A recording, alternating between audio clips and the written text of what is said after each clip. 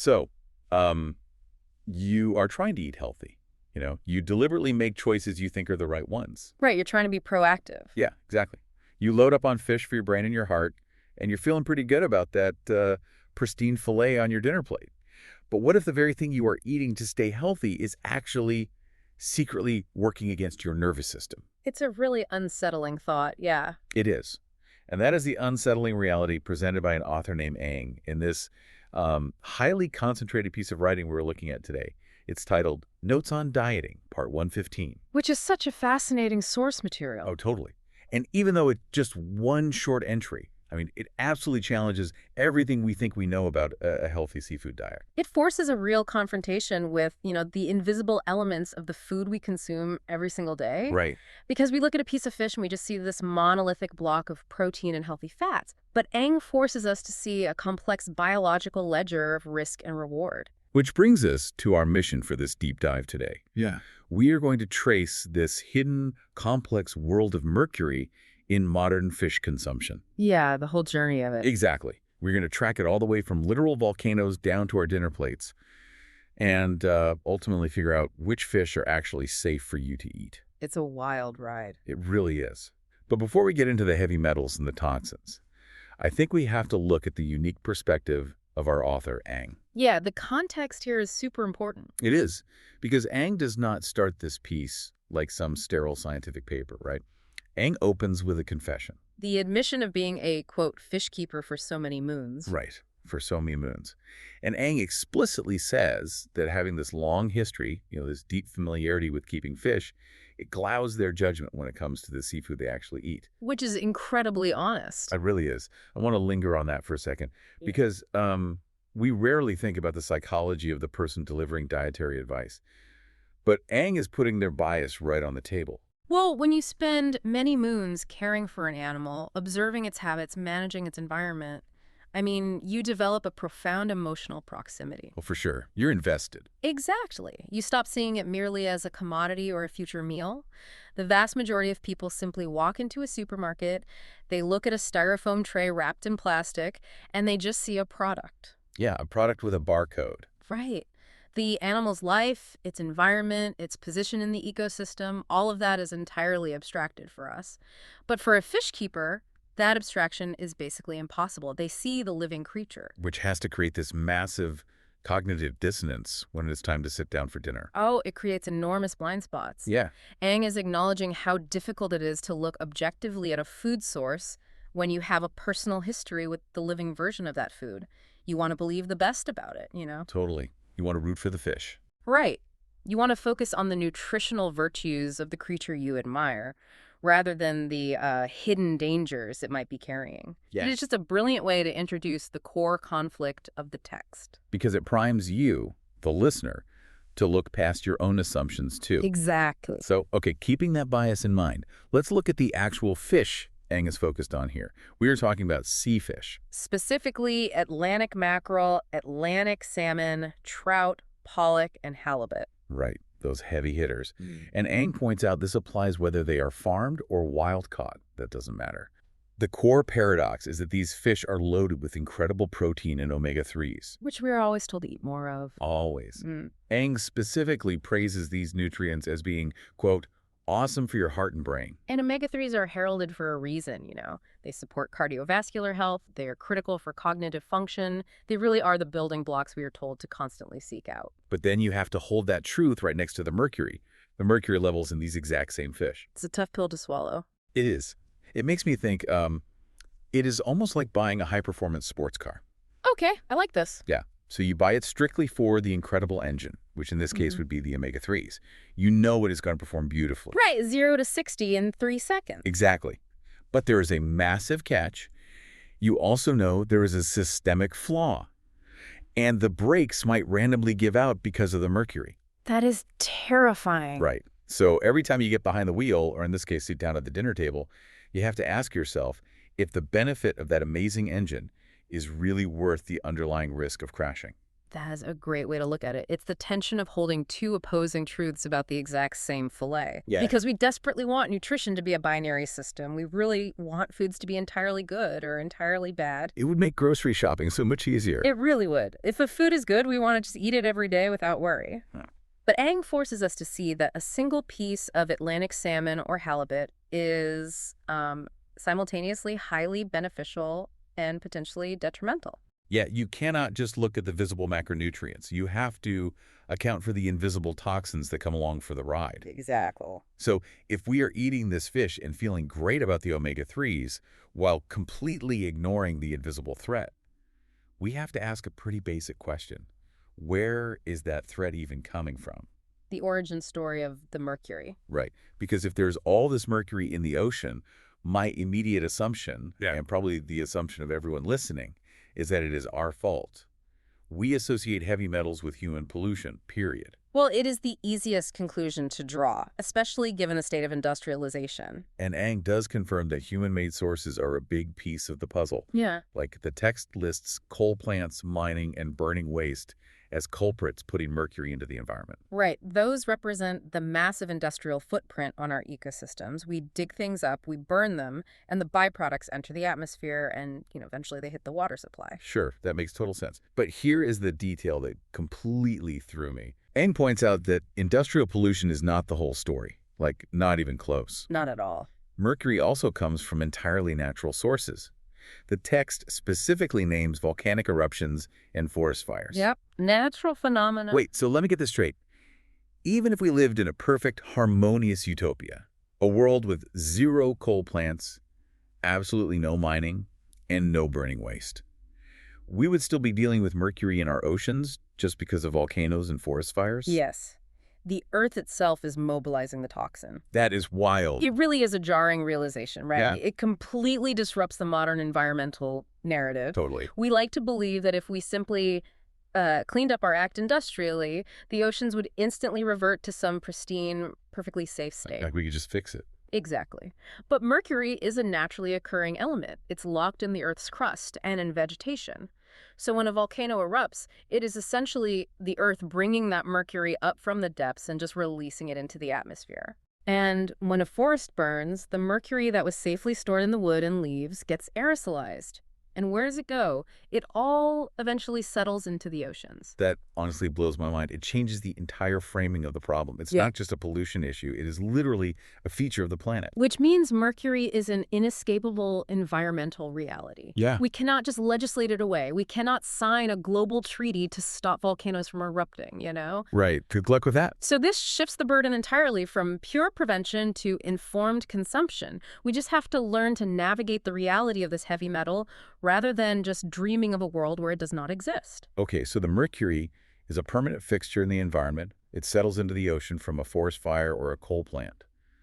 But the water is vast, right? Extremely vast. So how does that heavy metal end up so highly concentrated inside a fillet of Atlantic mackerel or a trout?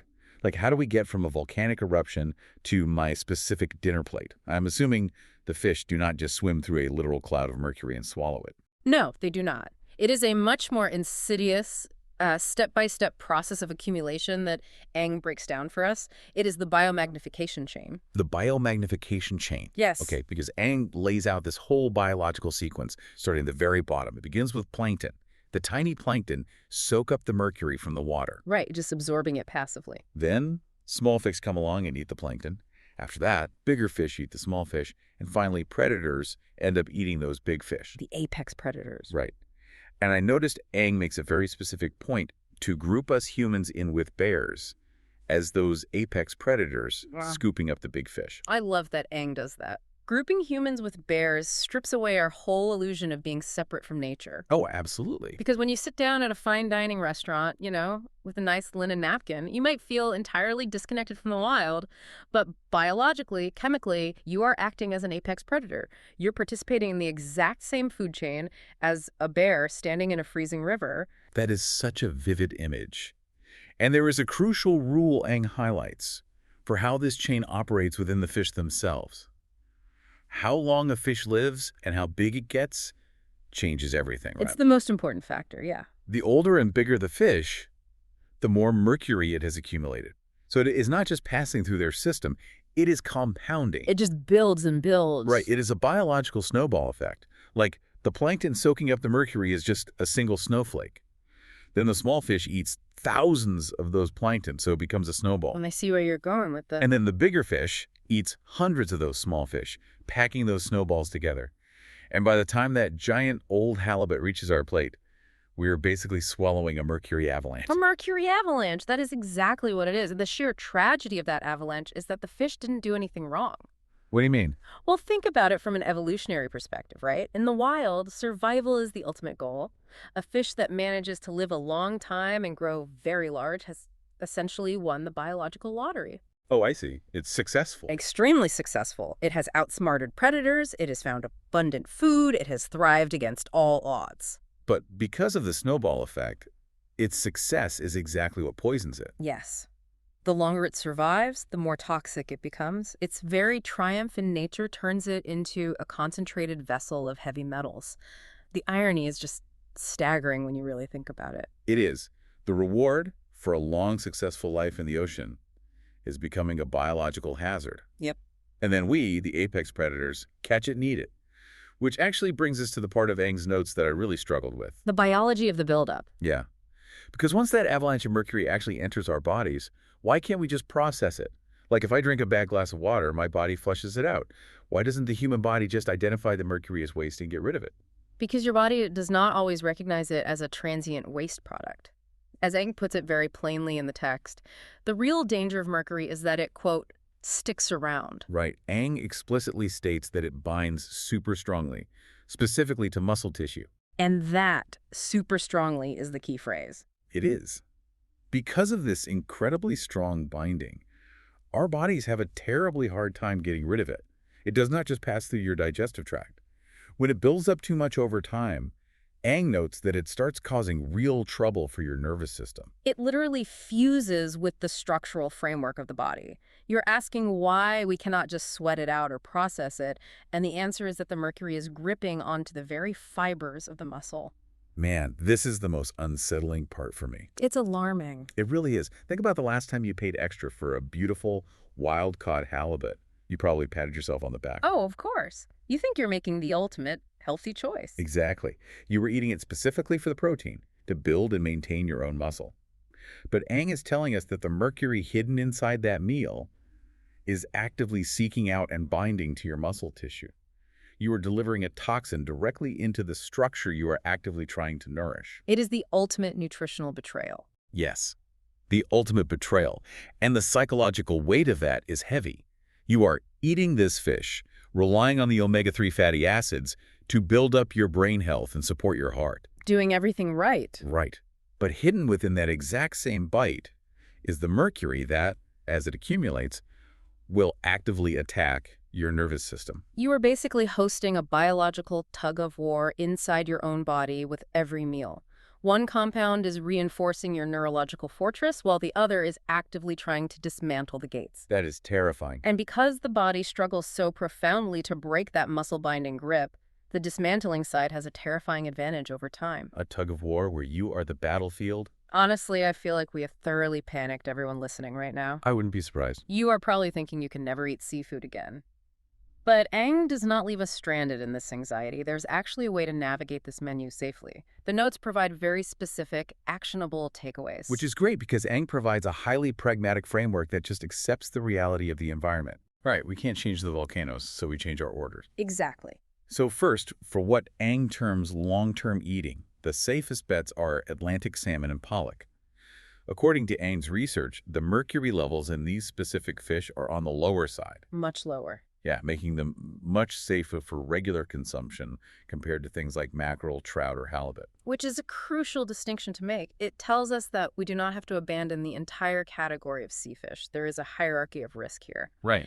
And Atlantic salmon and pollock sit favorably low on that spectrum, allowing for sustained consumption without triggering that massive avalanche effect we talked about. But then Eng drops the ultimate recommendation, the holy grail for an, quote, almost daily diet. The real winner. The real winner. And it is Sardines. Sardines. Yes, Ang points out that sardines are probably the best source of protein and omega-3s that you can safely add to your diet on a nearly daily basis. It is the mathematically perfect conclusion to the biological puzzle Aang just spent the entire piece laying out. It makes total sense when you apply the food chain rule. Let me see if I have the mechanics of this right based on what we discussed. Go for it. So, sardines are tiny. And because they are tiny, they do not live very long, meaning they simply do not have the time or, honestly, the physical capacity to build up that mercury snowball. Exactly. They are swimming around eating the individual snowflakes, Yeah. maybe forming a tiny little snowball, but their life cycle ends long before they ever reach avalanche status. You've got it perfectly. You are stepping all the way down to the bottom rungs of the biomagnification ladder. By choosing sardines, you are essentially hacking the system. The biological hack. Right.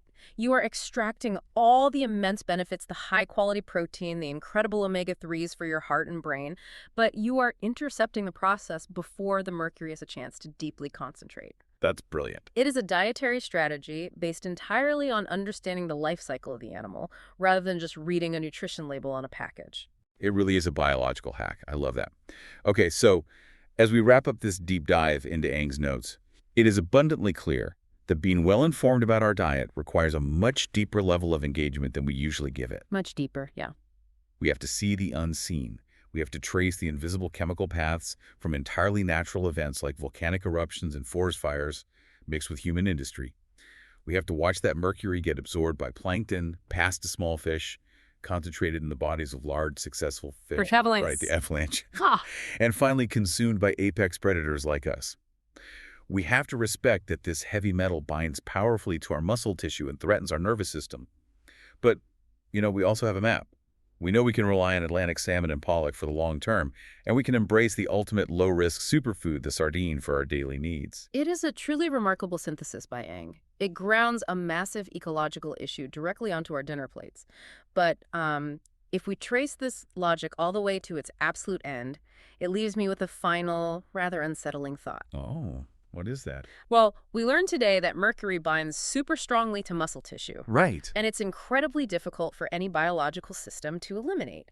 It passes from the plankton to the small fish to the big fish, and finally to apex predators like us. Or those bears in the wild. The end of the line. Right. The mercury is trapped. But consider this. If the body cannot easily get rid of it, what happens to all that accumulated mercury when those top predators eventually die? Oh, wow.